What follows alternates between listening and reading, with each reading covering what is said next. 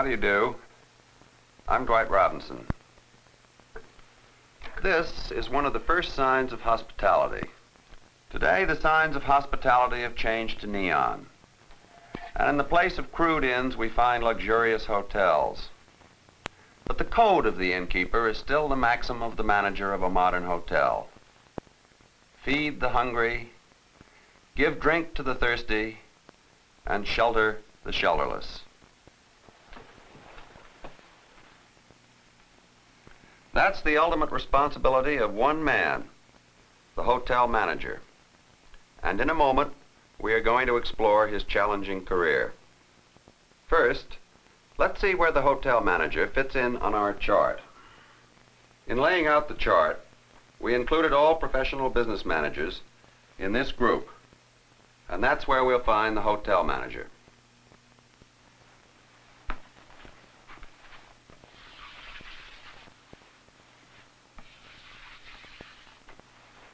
Here's the path through life, the career, that leads from high school to the position of hotel manager. Now let's write it in. Hotel manager's career. To explore this career, let's look first at high school students who may want to follow this particular path. In any high school group, certain boys stand out. Take this boy. Likableness is a hard thing to define, but in his case, it's more than his easy smile. Why does he get along well with the other students? Well, they probably haven't thought much about it. They just like him, and that's enough for them. He might be their natural choice to lead the student body, because they know he has the confidence and the ability to do the job. Not an easy task for a boy, but he handles himself well, with a sort of self-possession that commands the respect of students and faculty alike. In class, he's what would probably be called a serious student, and the teachers are impressed by his quick intelligence and inquiring mind. Problems interest him, and every discovery is a spark that fires his imagination. An unusual boy, yes, but he wears his talents with a sense of modesty, and he's never so occupied with his own affairs that he can't take time to help others who may not be so quick as he to solve a problem. High School Camera Club, an activity attractive to students who find the technical aspects of photography a fascinating hobby. This boy thinks his pictures are not quite as crisp as they should be, and he's looking to see if perhaps there's a smudge on the back of the lens. The girl thinks of photography as an art. She tries to make every picture she takes mean something to other people. And here's a boy who looks at every print with a laboratory technician's eye. Contrast, tone range, choice of printing paper. Is this the best print that can be made? So each one has a special bent, and in that way is more or less alone in the group. And now another member of the club joins the group, but he has something that interests all the others. It's a very unusual and arresting example of photography known as solarisation. How was it shot? How was it printed? Who made it? What kind of photography is this? With a mutual interest pulling the members together, the meeting has become fun for everyone. So we notice that this boy's interests arouse the interest of other people. He can talk the language of their different specialties. His touch turns a routine meeting into something of an event. This is a quality that makes him a natural leader. He'll find it exceptionally valuable if someday in the future he becomes a hotel manager. High school is a busy time, but we do think past the next lab assignment and the junior prom. We're pretty sure we'd like to go to college, but we don't quite know how we're going to swing it. Still, We're resourceful, and we have an idea. The student counselor. We've come to him to ask about scholarships. Are they available? Yes, there are scholarships to be awarded in engineering, chemistry, law. What's this? Scholarships in hotel management? We never thought of that one. Tell us about it. As the counselor helps the boy trace his career from here to here, important facts serve as guideposts along the way. We'll find that it's possible to work our way up through the ranks, say from bellman to hotel manager. But the going is often slow, very slow. Today, the trend is to hire college graduates for junior executive positions, which may lead to hotel manager. In fact, 4 years of college is equivalent to 12 years on the job. So we must face the fact. College is the best step to hotel management. The counselor outlines a course of high school study that we should follow if we decide on hotel management or any other kind of business management as a career. The list includes required subjects for college entrance. Mathematics, to give us the basic tool for figuring costs and planning expenditures. English, grammar, punctuation, spelling, the construction of a business letter. A foreign language, required for college, valuable to the hotel manager, for the hotel business originated in Europe, and he should be able to keep up with developments in the great hotels of France, Italy, and Austria. A basic course in art, to help us develop standards of good taste. It dawns on us that people react to combinations of line and curve in ways that anyone who seeks to gratify the public's taste should know about. Here is line, color, arrangement in space. We've tried to combine them all in a harmonious picture in good taste. The teacher is quick to see the obvious mistakes in the beginner's work, but as a whole it's good, quite good. This boy may never become an artist, but his work shows that he has a natural flair for harmonious design. The model also shows a key talent that would help him succeed in a career such as hotel management. For every hotel reflects the manager's good taste and his judgment as to what will appeal to the hotel's guests. After we've completed the prescribed high school courses, sat for the photographer in our cap and gown, we're eligible for college, and perhaps that scholarship we've been working for. But first, there's a vacation in store for us. Some of us like to put our vacation time to good use, and to some, that means a summer job in a resort hotel. Hotel manager? No, not yet.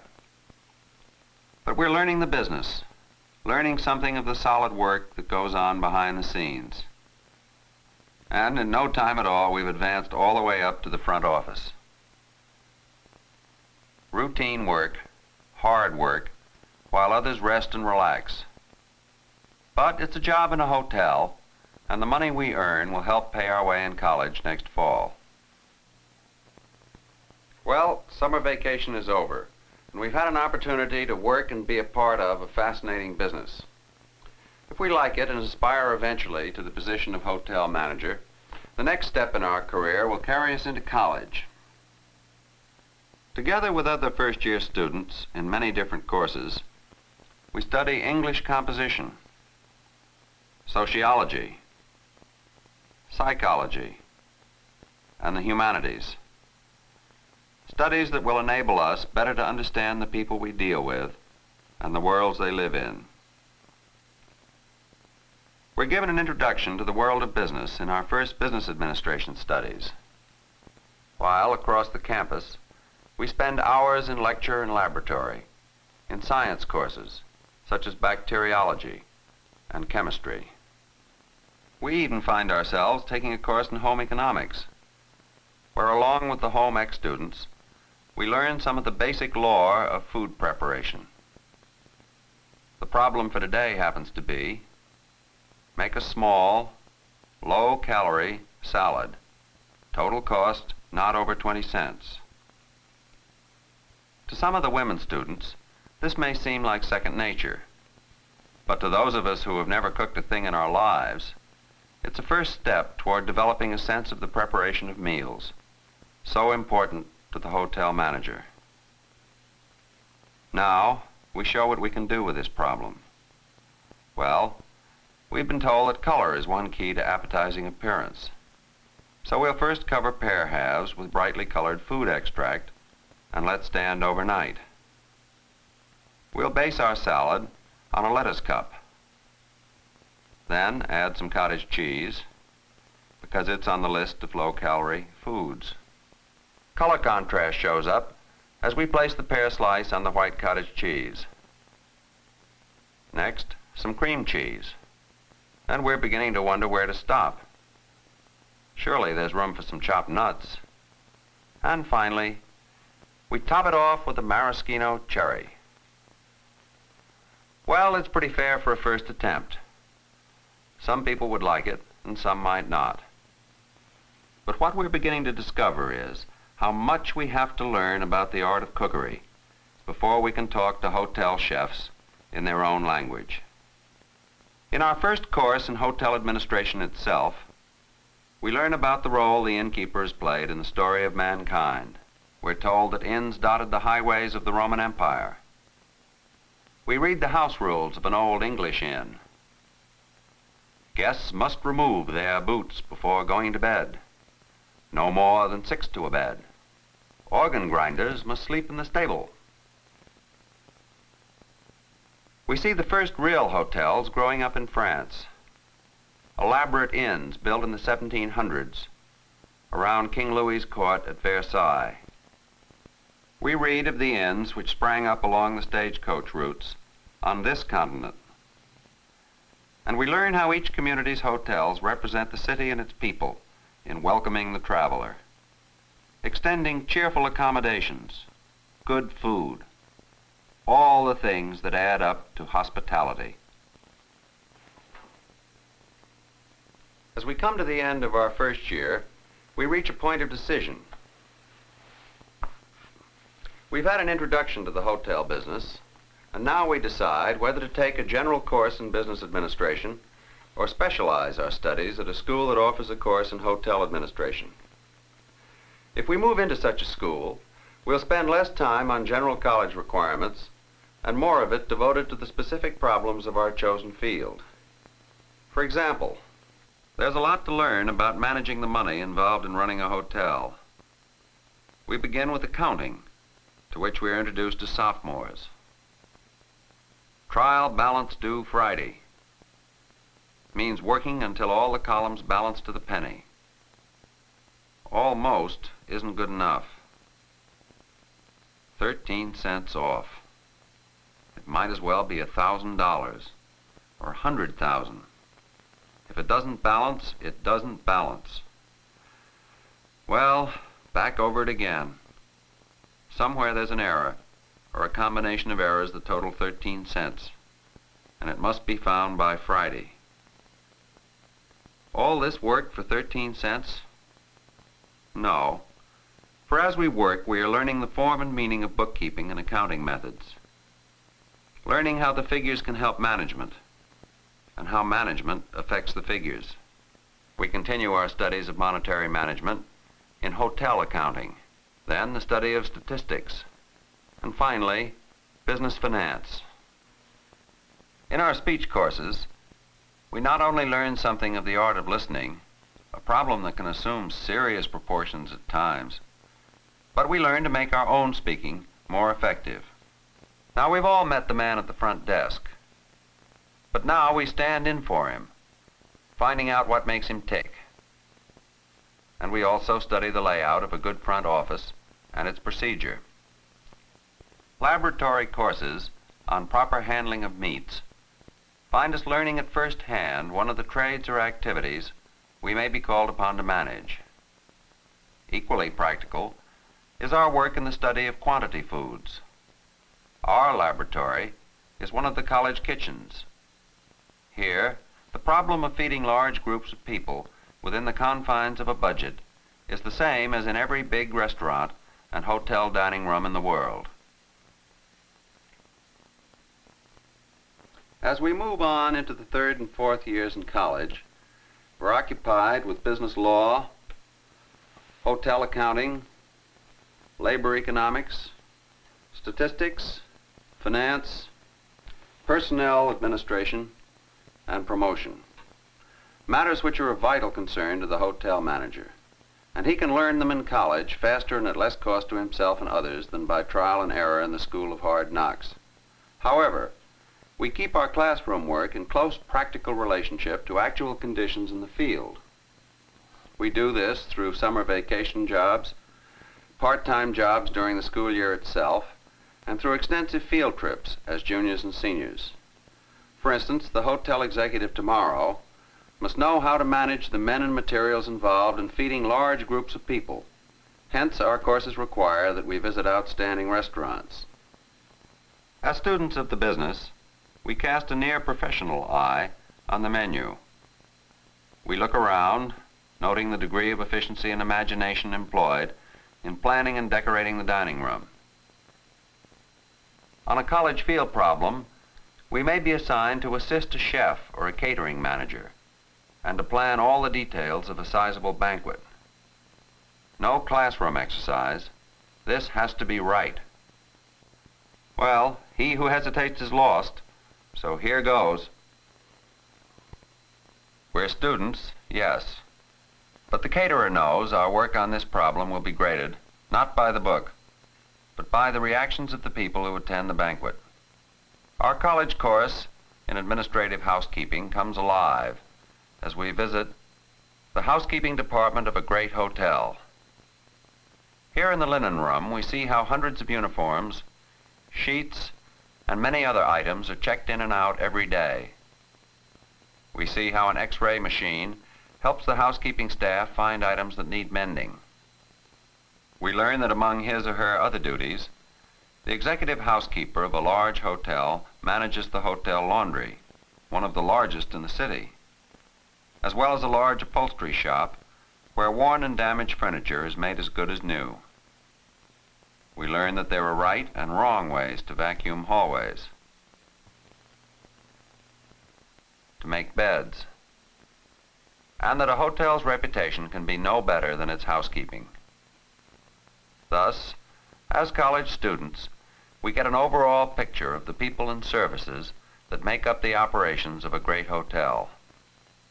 We meet and work with chief engineers who are responsible for all the maze of machinery it takes to keep a large hotel warm and comfortable, to provide radio and television entertainment for the guests, and to keep woodwork in repair.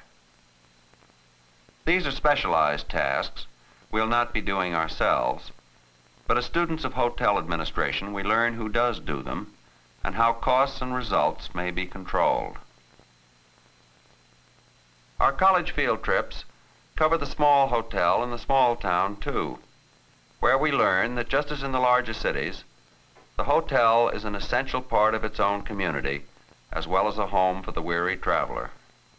Here we see a manager who serves as mail clerk, telephone operator, information clerk, room clerk, bellman, elevator operator. Motor hotels are a growing part of the business.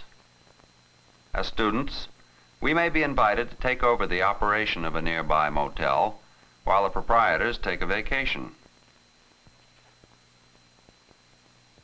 There's little time to reflect on theories of hospitality and guest management relations. The problems are more immediate. Answer the phone. Take a message for the guests in number 14. The people in 3 have checked out, so straighten up number 3, make it fresh and inviting for the weary travelers, who we hope will occupy it tonight. Repair the door hinge in Unit 6. Rush back to the office to check a delivery. Make sure everything is accounted for. Grab a bite when you can. There's lots more to do. And the vacancy sign should begin to bring in the guests any time now. Uh-oh, there's the buzzer. I'm sure you'll find this very comfortable. And if there's anything I can do for you, just let me know. Another car. Excuse yourself quickly and greet the new arrivals. Sign them in. Send this one on his way. Show these to their cabins. Answer the phone. Clean up. Fix up. Pick up. But don't give up. This is precisely why the owners need that vacation and why you're here. It's a 7-day-a-week occupation, and the hours can be quite irregular. That buzzer can call at any time. And when you answer the call, you are the host, the innkeeper, who through the ages has given up his own rest to give rest to the traveler, to shelter the shelterless. Meanwhile, our academic courses move ahead. As seniors, we take a course in hotel planning and architecture. We learn that designing a hotel begins with its function, not with its exterior appearance. That when these functions are given their due space, arranged for comfort, economy, and efficiency, the exterior design will take its form from the solution of these problems. Here we have reached one of the highlights, and in a sense, a climax to all we have studied in our college career. After this concentrated 4-year program of work, study, and observation, our college course has been completed. We have a diploma that reads Bachelor of Arts in Hotel Administration, a quite unusual college degree. It represents background and experience that can be applied to restaurant management, hospital administration, private club management, hotel and restaurant supply work, or other related fields. But we've decided to follow the path that leads toward the position of hotel manager.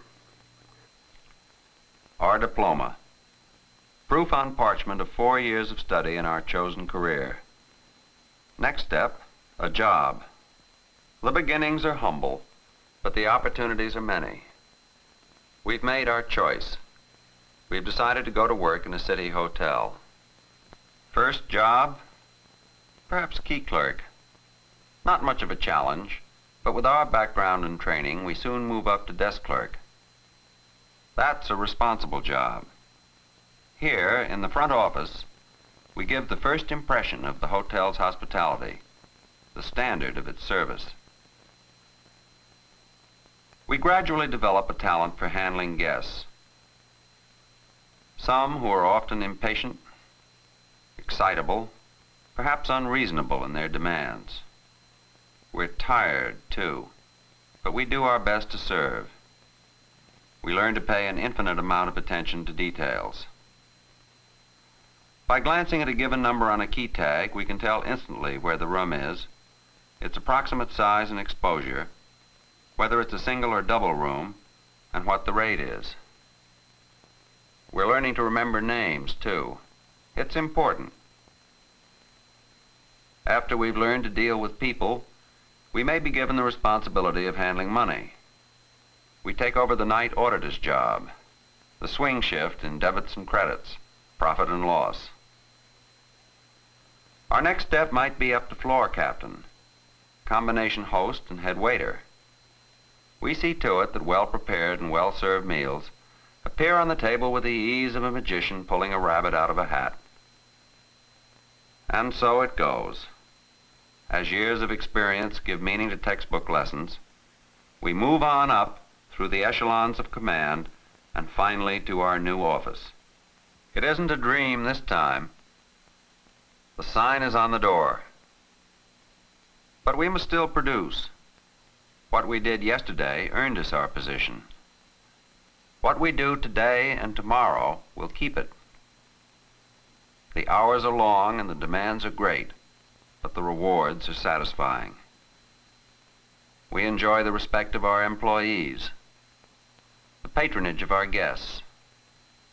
We have a unique standing in the business world and in the community. and we are part of a trade that seems destined to grow and prosper as population and travel increase. But there's still one greater moment in our career. It comes when others in the profession review our record and ask us to plan, to build, to manage a luxurious new hotel.